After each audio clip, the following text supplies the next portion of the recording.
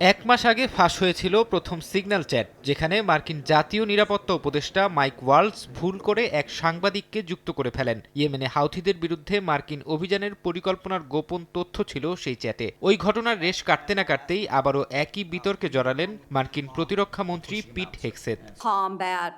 প্রতিরক্ষা মন্ত্রীর পদে বসার আগে পিট হেগসেথকে সিনেটের সামনে সাক্ষ্য দিতে হয়, পেতে হয় তাদের অনুমোদন। সিনেটে এই প্রক্রিয়া চলার সময় ব্যক্তিগত ফোনে সিগন্যাল চ্যাট গ্রুপ খুলেছিলেন হেগসেথ। সেই গ্রুপে যুক্ত ছিলেন তার স্ত্রী জেনিফার, ভাই ফিল হেগসেথ, আইনজীবী টিম পার্লাটোরে সহ আরও ডজন খানেক ব্যক্তি। সিএনএন জানায়, প্রতিরক্ষা মন্ত্রীর পদে বসার পর সেই গ্রুপেই হাউথিদের বিরুদ্ধে হামলার পরিকল্পনার গোপন তথ্য শেয়ার করেন হেগসেথ।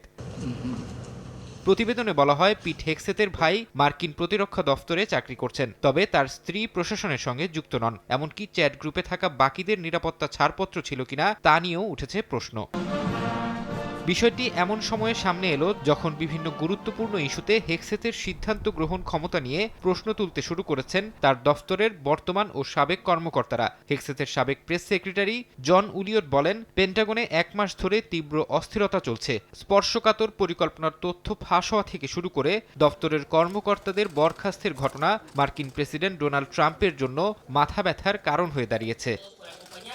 ফারহাদ চৌধুরী, সময় সংবাদ।